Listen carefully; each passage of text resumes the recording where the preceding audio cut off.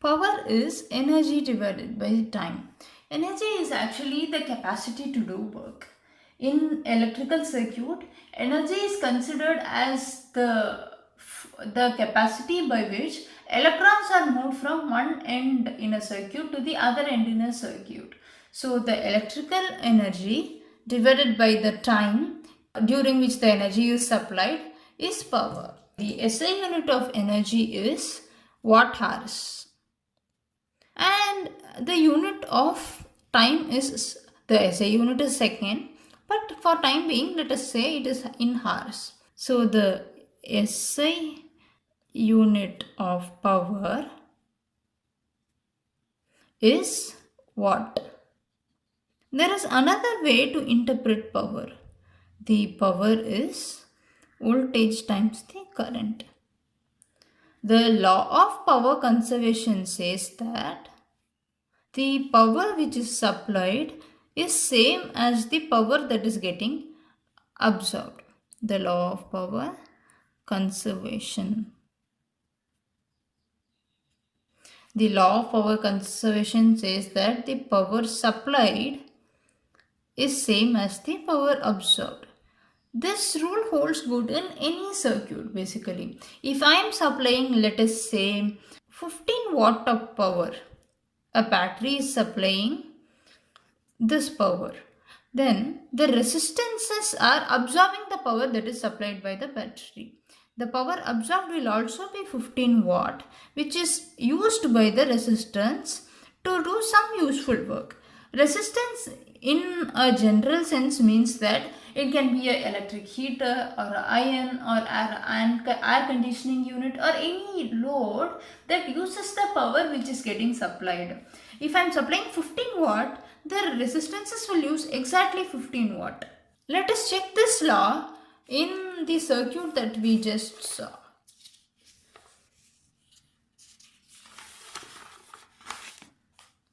In this circuit, let us check if law of power conservation is valid.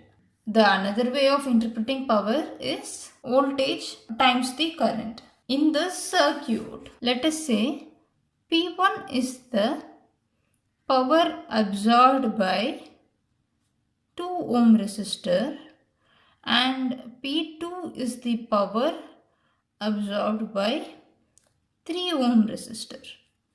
What is the power absorbed by 2 ohm resistor? It is the voltage V1 times the current that is passing through it. We found the voltage as 2 volt times the current 1 ampere. 1 ampere is the current that is passing through both the elements. So therefore this power is 2 watt. The power absorbed by the 3 ohm resistor is V2 times the current. The V2 is the voltage across 3 ohm resistor. It is 3 into 1. It is 3 watt. So this is absorbed power. The supplied power is the power that is supplied by the 5 volt battery. It supplies a voltage of 5 volt and a current of 1 ampere. So the power supplied will be voltage into the current. The voltage is 5 volt times the current is 1 ampere, which is 5 watt. So the total power absorbed is also 5 watt and the total power supplied is also 5 watt. So the law of power conservation holds good here. As a practice, try to prove that law of power conservation is valid in this circuit. Find the power across 2 ohm. Find the power across 3 ohm. Just add and find the total absorbed power like we found in this case.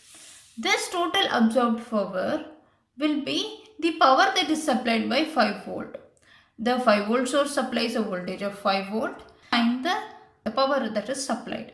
The supplied power will be equal to the sum of the individual elements absorbed power. So the total absorbed power will be same as the total supplied power. Just verify this.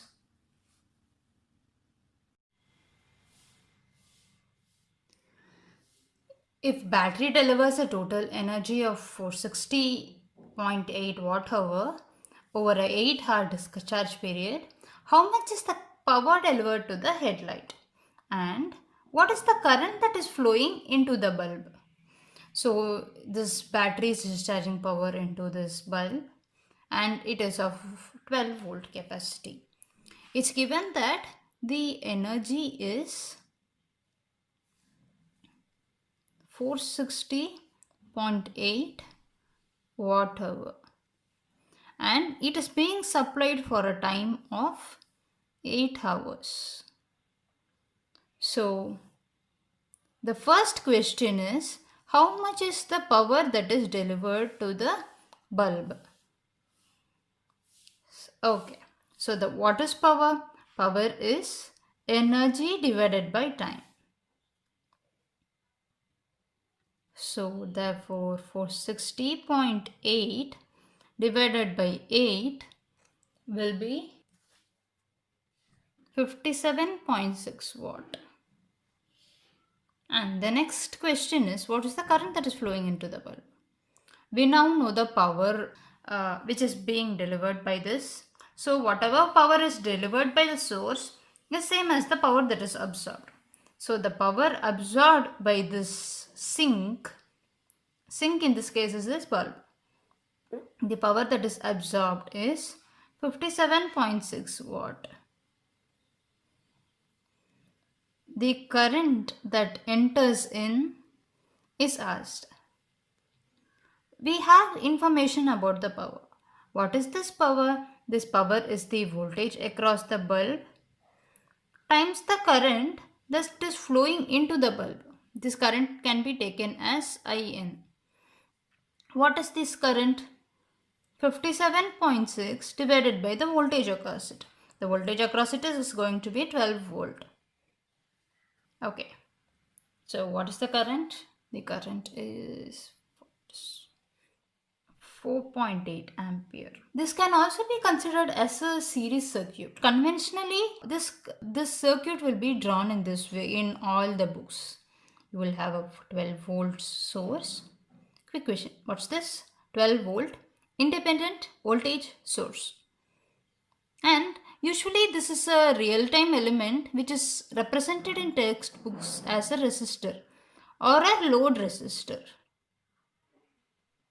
I know the information on the current that is entering this resistor now, which is 4.8 ampere, and the voltage across it is going to be 12 volt.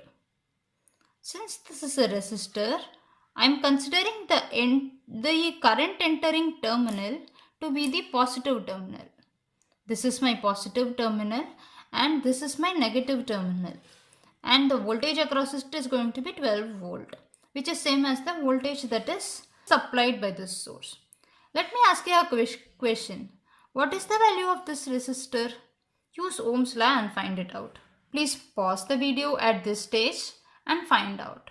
I am now going to solve for the value RL. According to Ohm's law, voltage is equal to current times the resistance. The voltage across it is 12 volt. I, which is 4.8 ampere, times the resistance RL. RL will be 12 divided by 4.8. The answer is, so 2.5 ohm will be the resistance of this bulb or the resistance RL. Usually in our home, we or anywhere for that matter, we won't connect a load resistor directly into a power source. It will be connected with a switch in the interim, so that when we put it on, we get the light on or we get the resistor functioning. We have a switch in between, and even before the switch, we have one important element which is called as a fuse. Fuse will usually be found in our main boxes. The function of this fuse is to melt when the value of the current exceeds a certain value. Say for example, we have so many devices connected to a power source. In other words, these resistors will have a certain amount of power that is safe for it to accept.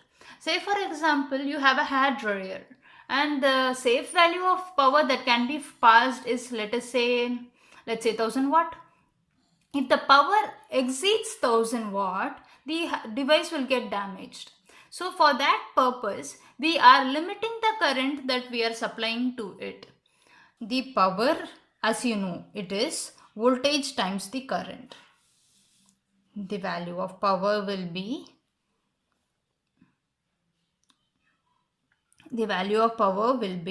voltage times the current. We always get a domestic supply of 230 volt, which is constant. My device will accept a power of, let us say, 1000 watt. 1000 watt will be the maximum power that it can accept. If I am increasing this current to a greater value, what happens? This power that is being supplied to this resistor increases. So it will cause the device to get damaged. The safe value of this current is, let us say, I safe.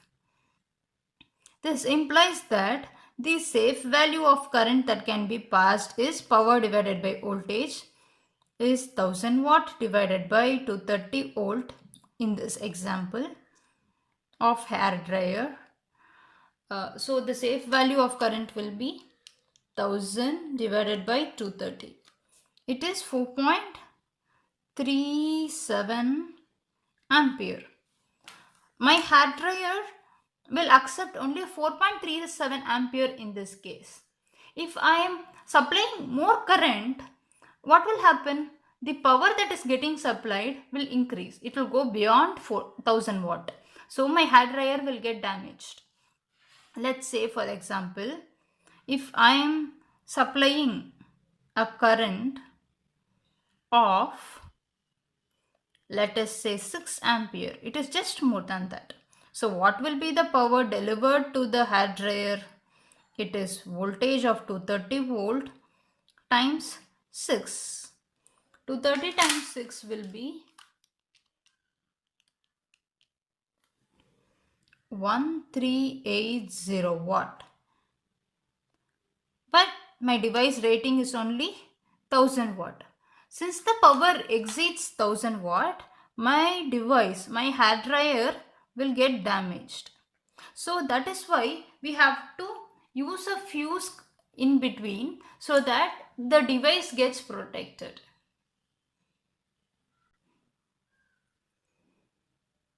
This is our next problem that we are going to solve.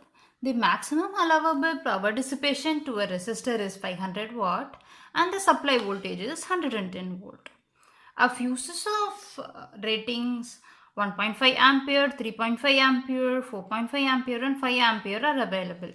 Which fuse must be chosen and why? We have a range of fuses and we have to find which one must be suitable. The value of the fuse rating must be dependent on the value of I safe or the current that can be safe for the device. Here it is a resistance of 500 watt. It's given that the power rating is 500 watt.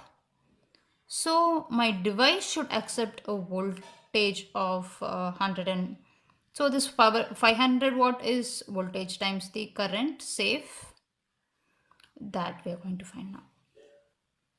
500 watt is equal to 110 times the safe value of current that we are going to pass. This implies that the safe value of current is going to be 500 divided by 110.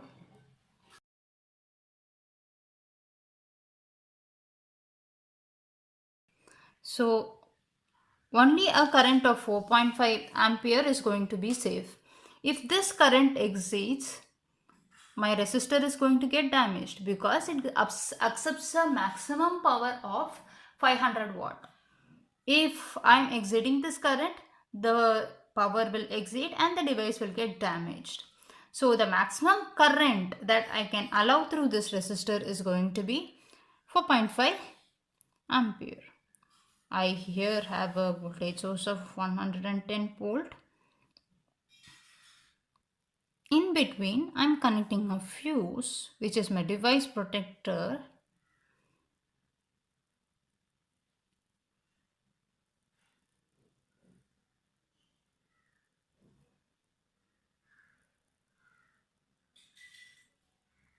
through this resistor. And the safe value of current is 4.5 ampere. My fuse should not allow any current more than that. So in that case, what will be my best choice? Is it 4.5 or 5? It's 4.5 because when I install a fuse of 4.5 ampere, my device still accepts 4.54. So when the current is just 4.5 or a little more than that, let us say it is 4.51, even then this fuse will melt. When this fuse melts, a connection gets stopped. So what happens when the current is 4.51? My circuit will be open because this fuse will melt and there will be no connection to this resistor. So my resistor will be hanging in the air. All this happens when the current is 4.51 or just above 4.5. So this will be the best range for me. So I will use the fuse of 4.5 ampere. If I use 5 ampere, my fuse will resist the current if it is 4.6. So my fuse will allow the current of 4.6 into the device. It will not be open circuited and the resistor will be damaged. In order to save this resistor, I am using a fuse. So the fuse should be having a capacity which is a little less than the safe current of my resistor. Let us talk more about fuse. Fuse is nothing but a resistor which has low value of temperature acceptance.